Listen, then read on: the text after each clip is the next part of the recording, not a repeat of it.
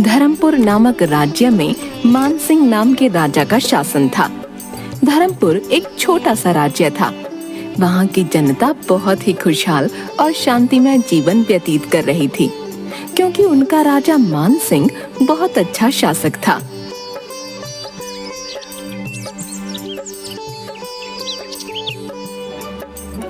उनके शासन में राज्य में किसी भी तरह का दंगा फसाद या चोरी नहीं होती थी।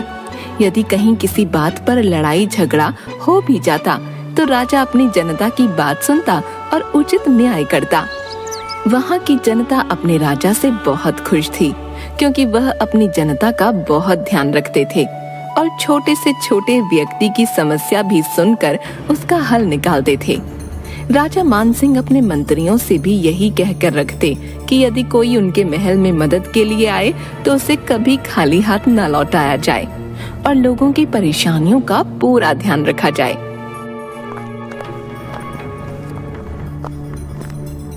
देखिए मंत्री जी, अभी तो हमारे शासन में सब कुछ ठीक ठाक चल रहा है। आप पूरा ध्यान रखिएगा, राज्य में किसी भी व्यक्ति को किसी भी तरह की कोई परेशानी ना हो। राजा जी, आपके कहे अनुसार मैंने अपने सभी व्यक्तियों को पूरे निर्देश दिए हुए हैं। यदि हमारे राज्य में किसी को कोई भी समस्या होती है तो वो लोग उसका समाधान करने की पूरी कोशिश करते हैं। आप बिल्कुल बेफिक्र रहें। मानसिंह की 2 रानियां थीं। बड़ी रानी से उनकी कोई भी संतान नहीं थी। संतान की चाह में राजा ने दूसरा विवाह किया था। छोटी रानी से उनके एक पुत्र था। काफी वर्षों के इंतजार के बाद राजा मानसिंह को संतान की प्राप्ति हुई थी। अपने पुत्र का नाम उन्होंने युवराज रखा। युवराज अपने माँ बाप का बहुत ही लाडला बेटा था। राजा और रानी अपने पुत्र युवराज का बहुत ज्यादा ध्यान रखते थे और उसे बहुत प्यार करते थे। युवराज अब 10 वर्ष के हो गए, परंतु राजा मानसिंह अपने पुत्र के व्यवहार और उसकी तबीयत को लेकर बहुत चिंतित रहते। वे लोग युवराज की छोटी से छोटी चीज का भी बहुत ध्यान रखते, परंतु युवराज और बच्चों की तरह नहीं था। अक्सर बीमार और बुझा बुझा सा रहता था। राजा के पास सभी सुख सुविधाएं और खुशहाल प्रजा थी, परंतु अपने बेटे की चिंता उन्हें बहुत परेशान करती रहती थी। राजा अपनी छोटी रानी से कहते हैं, देखो, राजकुमार 10 साल का हो गया है, परंतु और बच्चों की तरह वो कभी हंसता बोलता नहीं है और अक्सर बीमार भी रहता है। मैंने उसे कभी हंसते खेलते नहीं देखा। हमने कितने ही यत्न किए हैं, बड़े से बड़े वैद्य को भी दिखा दिया, परंतु ये ठीक ही नहीं हो पा रहा। युवराज हमारा इकलौता पुत्र है और आगे हमारी गद्दी का वारिस। मुझे दिन रात यही चिंता सताती है, ये इस गद्दी के काबिल भी बन पाएगा या नहीं। मैं भी उसकी हर चीज का बहुत ध्यान रखती हूँ। हमने उसकी परवरिश में कोई कमी नहीं रखी, परंतु न जाने उसे क्या बीमारी है। इस तरह राजा और रानी अक्सर अपने बेटे के बारे में चिंतित होकर बातचीत किया करते थे, परंतु उन्हें इसका कोई हल नहीं मिल पा रहा था। इसी तरह दिन बीत रहे थे। धर्मपुर राज्य में अंकित नाम का एक पढ़ा लिखा युवक रहता था, जो कि वहाँ के स्कूल में टीचर भी था। गांव में वह सबसे ज्यादा पढ़ा लिखा था और बुद्धिमान भी। उसकी बुद्धिमत्ता का सारे राज्य में चर्चा था। किसी को भी कोई समस्या आ जाती तो वह लोग अंकित से मशवरा लेते। अंकित की बुद्धिमानी के चर्चे राजा के महल तक भी पहुँचे।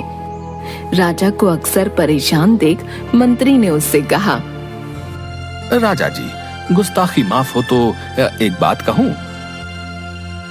हाँ हाँ, कहिए मंत्री जी, क्या हुआ? आप इतने अच्छे शासक हैं और बहुत अच्छे इंसान हैं।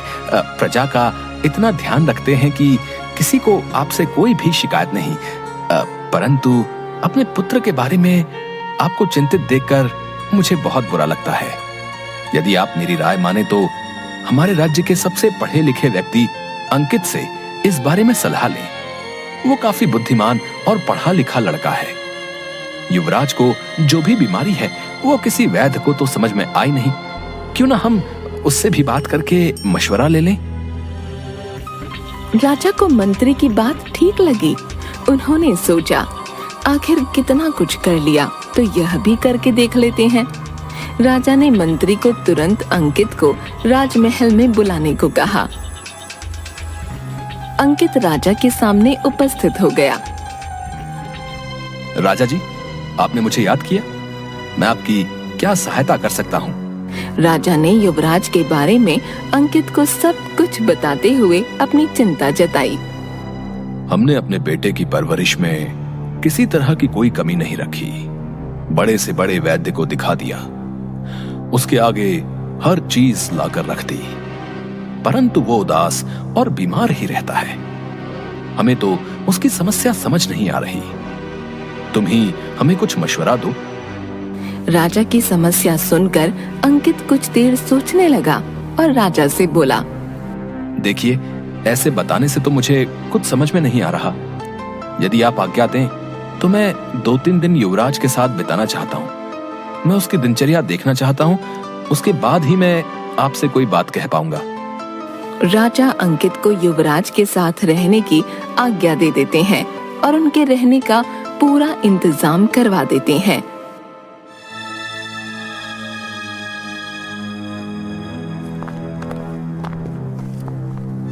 अंकित युवराज से बात करता है और उससे उसके बारे में जानने की कोशिश करता है। भैया, मुझे पेड़ पौधे, झरने, नदियाँ बहुत पसंद हैं। मुझे खुले में घूमना और अपने बराबर के दोस्तों के साथ खेलना बहुत पसंद है। राजमहल के माली का बेटा मेरा बहुत अच्छा दोस्त था, परंतु पिताजी ने मुझे एक दिन उसके साथ खेलते हुए देख लिया तो उसको राजमहल में आने से मना कर दिया और मुझे भी उससे बात करने को मना कर दिया।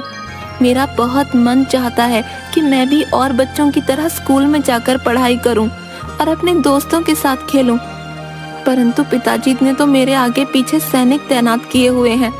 वह मुझे किसी से भी बात नहीं करने देते और पढ़ाई भी गुरुजी मुझे यहीं आकर करवाते हैं। मुझे जरा भी अच्छा नहीं लगता सारा दिन राजमहल में बंद रहना। इस तरह अंकित पूरा दिन युवराज के साथ बिताता है और उससे उसकी पसंद और नापसंद जानता है। युवराज की सारी बातें सुनने के बाद अंकित को समझ आ जाता है। युवराज अपनी उम्र के बच्चों के साथ पढ़ना और खेलना चाहता है। 2 दिन युवराज के साथ रहने के बाद अंकित राजा से मिलता है और राजा से कहता है, राजा जी, मुझे युवराज की परेशानी समझ आ गई है। आप एक राजा और पिता होने के नाते उसका बहुत ज्यादा ध्यान रखते हैं। उसे कहीं अकेले नहीं आने जाने देते। उसकी शिक्षा भी घर पर ही हो रही है, परंतु युवराज अभी बहुत छोटे हैं। वो अभी अपनी बाल्यावस्था में है और बचपन में बच्चा बच्चों की तरह ही सोचेगा। हर बच्चा घर से बाहर घूमना फिरना चाहता है, अपनी हम उम्र दोस्तों के साथ खेलना चाहता है और अपने बचपन का आनंद लेना चाहता है। आप चाहे उनमें कल का होने वाला राजा देखते होंगे, परंतु अभी तो युवराज बच्चे हैं ना। उन्हें आपकी ये सब बातें नहीं समझ आ रही होंगी। मैं कुछ समझ नहीं पा रहा, तुम क्या कहना चाह रहे हो? हम तो उसके मांगने से पहले ही हर चीज उसके आगे प्रस्तुत कर देते हैं और उसको अपनी जान से भी ज्यादा संभाल कर रखते हैं। बस यही तो परेशानी है, इसी कारण वो खुश नहीं रह पाते। बचपन में यदि बच्चा बेफिक्री और आजादी से घूमेगा नहीं, दोस्तों के साथ खेलेगा नहीं, तो वो खुश कैसे रहेगा भला? वो एक बंद कमरे में बंद होकर कैसे खुश रह सकता है? आपको यदि मेरी बात समझनी है तो आप युवराज को मेरे साथ भेज दें। मैं जिस स्कूल में बच्चों को पढ़ाता हूँ, युवराज भी वहीं उनके साथ पढ़ेंगे और बाकी बच्चों के साथ खेलेंगे भी। आप उन्हें अपना बचपन जीने दीजिए। यदि वो खुश रहेंगे और आजादी से जिएंगे, तभी उनका शारीरिक और मानसिक विकास हो पाएगा और फिर वो वैसे बन पाएंगे जैसा आप चाहते हैं। वरना इस तरह से कैद होकर भला कौन बच्चा खुश रह पाएगा? राजा को अंकित की बात कुछ कुछ समझ आने लगती है, परंतु वह चिंतित हो जाते हैं कि वह अपने इकलौते पुत्र को इस तरह से आम बच्चों के साथ कैसे पढ़ने और खेलने दें। यदि उन्हें कुछ हो गया तो अंकित राजा की चिंता समझ जाता है और उनसे कहता है, देखिए राजा जी, आपने तो सभी तरह के इलाज और तरीके करके देख लिए, परंतु युवराज ठीक नहीं हुए। अब मेरा कहा भी मानकर देख लीजिए। यदि आपको कुछ ही दिनों में युवराज ठीक होते हुए ना दिखे तो आप मेरा कहा मत मानिएगा और उन्हें उसी तरह रख लीजिएगा जैसे आप पहले रखते आए हैं। आपको यदि उनकी सुरक्षा की चिंता है तो आप एक सैनिक हमारे साथ भेज दें जो दूर से हर समय उन पर नजर रखे, परंतु युवराज को किसी बात पर रोके टोके नहीं। मैं आपसे वादा करता हूं कि मैं युवराज का पूरा ख्याल रखूंगा, उन्हें किसी तरह की कोई परेशानी नहीं होने दूंगा। ठीक है, मुझे थोड़ा सोचने का समय दो, मैं कल तुम्हें बताता हूं।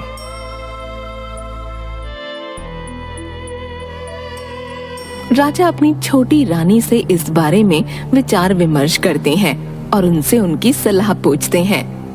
देखिए राजा जी, वह लड़का ठीक ही कह रहा है। आखिर युवराज को उनका बचपन खुशी से बिताने का पूरा हक है। वह इस राज्य के होने वाले राजा तो हैं, परंतु अभी तो एक बच्चे ही हैं। मेरी माने तो आप उस लड़के की बात मान लीजिए। हमारे पास इसके अलावा फिलहाल कोई चारा भी तो नहीं, और क्या पता उस लड़के की बात सच निकले और हमारा युवराज ठीक हो जाए। अगले ही दिन राजा अंकित को युवराज को अपने साथ ले जाने की आज्ञा दे देते हैं।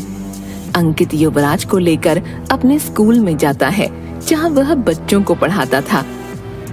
बेटा युवराज, आज से यही तुम्हारा स्कूल है और तुम यही सब बच्चों के साथ पढ़ोगे। ये सब तुम्हारे दोस्त हैं, तुम इनसे दोस्ती करो और स्कूल के बाद इनके साथ खेलना भी। अरे, यदि मैं इन लोगों के साथ खेला तो पिताजी बहुत नाराज होंगे। ऐसा कुछ नहीं होगा, तुम मेरे स्कूल में हो और जब तक तुम मेरे साथ हो तुम्हें कोई कुछ नहीं कहेगा। युवराज बाकी बच्चों के साथ बैठकर पढ़ाई शुरू कर देते हैं और स्कूल के बाद बाकी बच्चों के साथ खेलने लगते हैं। युवराज को यह सब करते हुए अंकित गौर से देखता है और महसूस करता है कि युवराज बहुत खुश है। वह बिल्कुल एक साधारण बच्चे की तरह ही हंसी खुशी खेल रहे थे। स्कूल के बाद युवराज अपने राजमहल में वापस आ जाते हैं और अपने माता पिता के पास दौड़ते हुए जाते हैं। युवराज खुशी खुशी बोलता है, पिताजी, माँ देखिए, हम स्कूल से आ गए। आज हमें पढ़ने में बहुत मजा आया और हमने बहुत से नए दोस्त भी बनाए। आज हम बहुत खेले। कितने समय के बाद आज हमें सब कुछ बहुत अच्छा लग रहा है। माँ, हमें जल्दी से खाना दे दीजिए, हमें बहुत तेज भूख लगी है। ये कहते कहते युवराज अपने कमरे की तरफ दौड़ जाते हैं। युवराज को ऐसा व्यवहार करते देख राजा और रानी की आंखों में आंसू आ जाते हैं। युवराज को इस तरह से खुश और हंसता हुआ देखने के लिए वह तरस गए थे। आज उसे ऐसे देखकर दोनों की चिंता समाप्त हो जाती है। बस फिर युवराज रोजाना इसी तरह स्कूल जाते हैं और पढ़ाई करने के बाद अपने दोस्तों के साथ खूब खेलते हैं। उसके बाद में घर वापस आ जाते हैं। अब यही उनकी दिनचर्या थी। अब युवराज के व्यवहार में काफी सुधार आ गया था। वह भी आम बच्चों की तरह ही हंसने, खेलने और खुश रहने लगे थे। राजा ने अंकित को बुलाया और उससे कहा, तुम्हारा बहुत बहुत शुक्रिया। तुमने बिल्कुल सही कहा था कि युवराज आखिर बच्चे हैं, तो उन्हें बच्चों की तरह ही आजाद छोड़ना चाहिए, जिससे कि वो अपना बचपन जी सकें, ना कि उन्हें घर में कैद करके रखना चाहिए। तुम्हारा ये एहसान तो हम नहीं चुका सकते, परंतु हमारी तरफ से तुम्हें जितनी धन दौलत चाहिए वो ले लो। राजा जी, मैंने तो कुछ किया ही नहीं। ये तो बहुत छोटी सी बात थी जो शायद आप नहीं समझ पा रहे थे, पर मुझे बहुत खुशी है कि अब युवराज को किसी तरह की कोई परेशानी नहीं है। वो पढ़ने में भी बहुत बुद्धिमान है और खेलकूद में भी होशियार है। जहां तक पैसों की बात है, यदि आप मेरे लिए कुछ करना चाहते हैं तो इस राज्य में एक अच्छा सा स्कूल बनवा दें, जहां बच्चों के लिए अच्छी सुख सुविधाएं हों। राजा अपने मंत्री को आदेश देते हैं कि कल से ही स्कूल का काम शुरू कर दिया जाए। इसके बाद से युवराज अपने माता पिता के साथ खुशी खुशी अपना जीवन व्यतीत करने लगते हैं और उस राज्य को एक बहुत अच्छा स्कूल भी मिल जाता है। वहाँ के सभी बच्चे अब अच्छी शिक्षा प्राप्त कर सकते थे।